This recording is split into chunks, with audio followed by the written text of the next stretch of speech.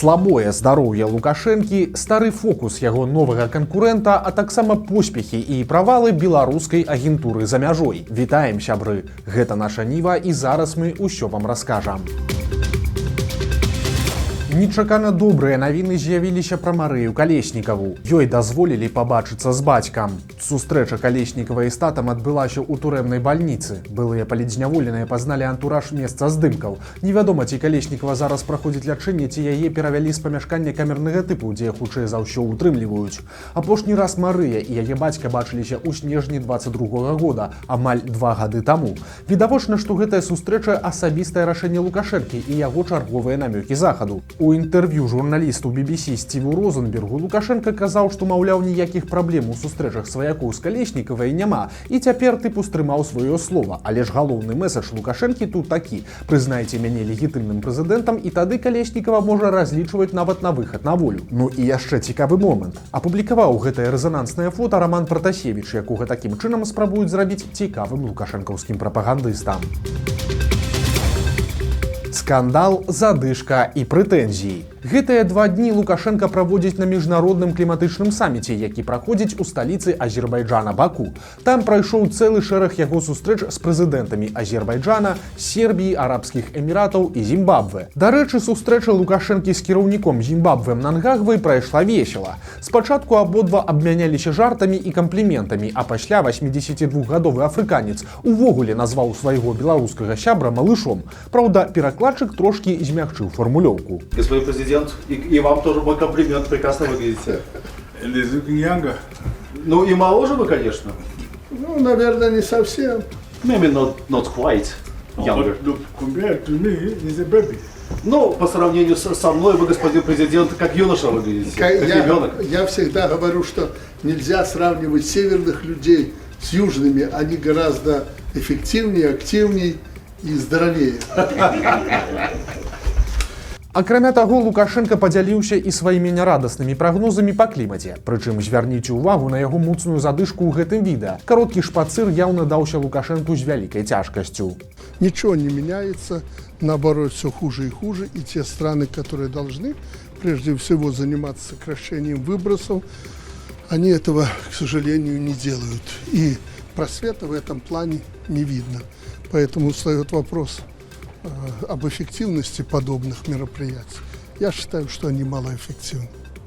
Лидеры некоторых западных стран отказались от участия в мероприятии. Как вы думаете, с чем это связано и на что это повлияет? Ну, они думают, что все будет хорошо, и климат меняться не будет, и Запад это обойдет. То есть они думают, что обойдется, не обойдется. Ну, а страдать, что они не приехали, не надо. Господь видит.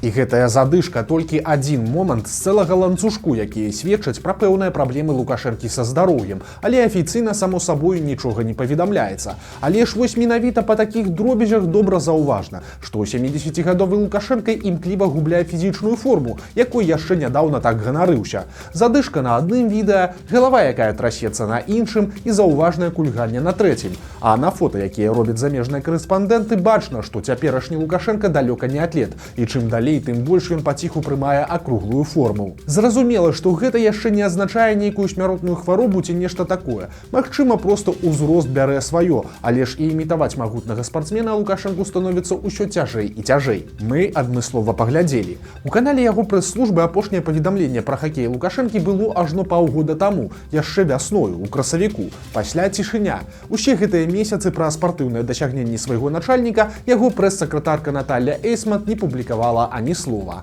Але вернемся да саміту. Там Лукашенко спачатку паскардзіўся на бюракратаў ЗААН. Маўляў, 3 хвіліны на выступ яму малавата, а пасля, як звычайна, ён скарыстаўся магчымасцю, каб лішні раз паскардзіцца на захад. Производители, кто больше всего производит? Англосаксы. Где они? Их нет. Где господин Макрон, который так пиарился на повестке этой? Парижское соглашение. Где он? Его сегодня нет даже.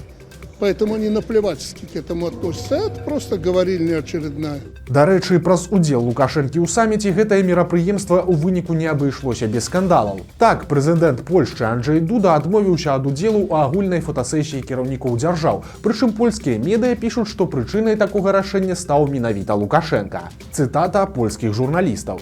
Гэта было ўсвядомленае рашэнне спадара прэзідэнта. Family фото – гэта сямейнае фото, і спадар прэзідэнт вырашыў, што не хоча мець сямейнага фото з Александром Лукашэнкам. Канец цытаты. Новыя выбары і старыя фокусы. Канкурэнт Лукашэнкі здаў назад. Цяпер кандыдатамі на выбарах прэзідэнта Беларусі нібыта збіраюцца стаць ажно 7 чалавек, і ўсе яны так ці інакш звязаны з уладай, і іх задача імітаваць. Рабіцца гэта будзе па-рознаму, метады добра вядомыя. Ну і вось першы пайшоў. Кіраўнік Саюза афіцэраў Сергей Бубрыкаў зняўся з выбараў, патлумачыўшы гэта так. Маўляў, іншыя афіцэры папрасілі зрабіць гэта, каб не дапусціць дваістых думак, галасаваць за Лукашэнку ці за Бобрыкава. Ну а далей Бобрыкаў зацягнуў добра вядомую песню пра няпростыя часы і патрэбу гуртавацца вакол Лукашэнкі. Цытата. Сёння наша рэспубліка перажывае вельмі цяжкі час, і каб зберагчы краіну, забяспечыць яе стабільнасць, галоўная задача афіцэрскага корпуса згуртавацца вакол нашага галоўнакамандуючага і падтрымаць дзеючага прэзідэнта на выбарах. Канец цытаты.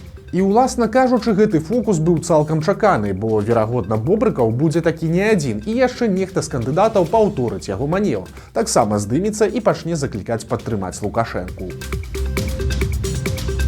Незалежныя расследавальнікі расказалі пра агентаў Лукашэнкі. Беларускі расследавальніцкі цэнтр сумесна з альянсам расследавальнікаў і польскім выданнем Рэч Паспаліта пры падтрымцы кіберпартызанаў раскрылі некаторыя падрабязнасці шпіёнскай дзейнасці разведчыкаў Мінабароны Беларусі. Журналісты нават называюць імёны шпіёнаў. Гэта Юрый Кізюк і Михаил Паветка. Абодва на 20-й год служылі ў вайсковай часці ў Мінску ва ўпраўленні замежнай інфармацыі і камунікацыі беларускага галоўнага разведавальнага ўпраўлення. Абодва спецслужбіста мелі фальшывыя пашпарты на розныя прозвішчы, на дваіх ажно 7 штук. Акрамя таго, іх забяспечылі і фальшывымі дакументамі пра затрыманні на пратэстах. Вядома, што Юрый Кізюк хаваўся пад іменем Дмітрая Пратасевіча. Яго калега Паветка стаў Максімам Кандратовічам. Яшчэ ў 20-м годзе гэтым агентам удалося ўнідрыцца да валанцёраў, а пасля шпіёны працягнулі сваю працу ў Польшчы. Напрыклад, вядома, што вясной 21-го года Кізюк Пратасевіч далучыўся да аргкамітэту па стварэнні партыі «Разам», якую планавалі зарэгістраваць сябры выбарчага штабу Віктара Бабарыкі.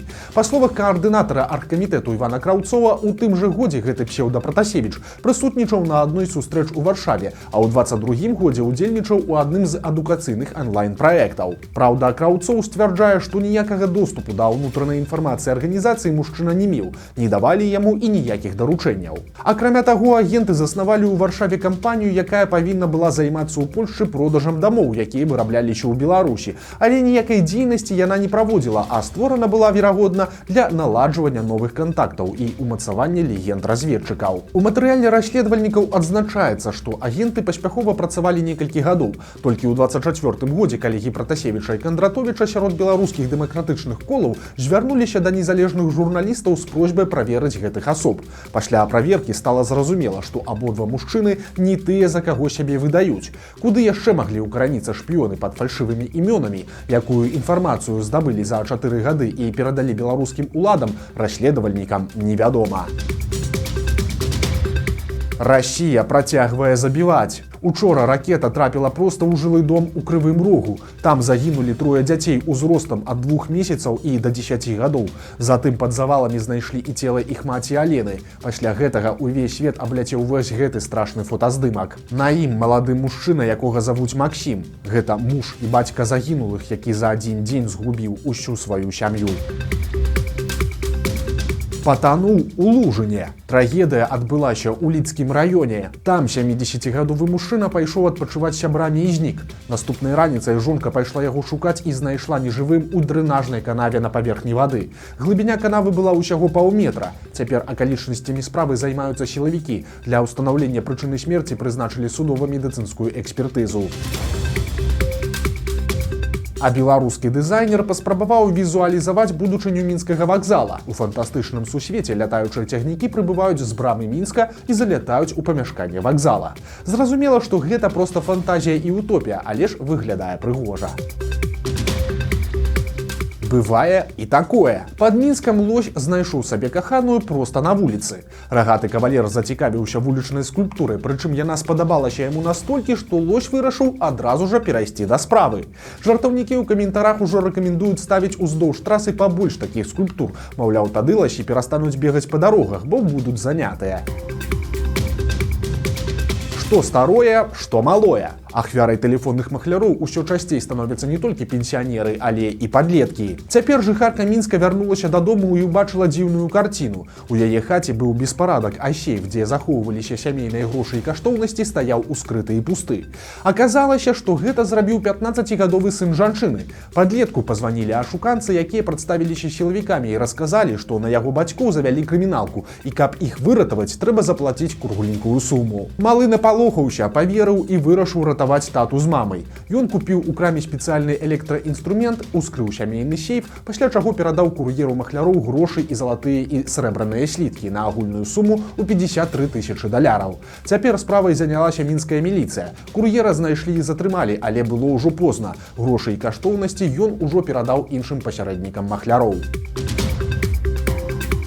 Новыя праблемы з'явіліся ў Маргарыты Ляўчук. Спявачка і блогерка, якая апошнім часам жыве ў Харкаве, у кастрычніку нарадзіла сына ад мужа украінца, а цяпер праз свой беларускі пашпарт сутыкнулася з бюракратычнымі складанасцямі. Нядаўна я нарадзіла сына, і мне бы вельмі хацелася, каб ён быў украінцам, таму што мой муж украінец, ён військовослужбовы, ён зараз на фронце захищае рідненьку Украіну.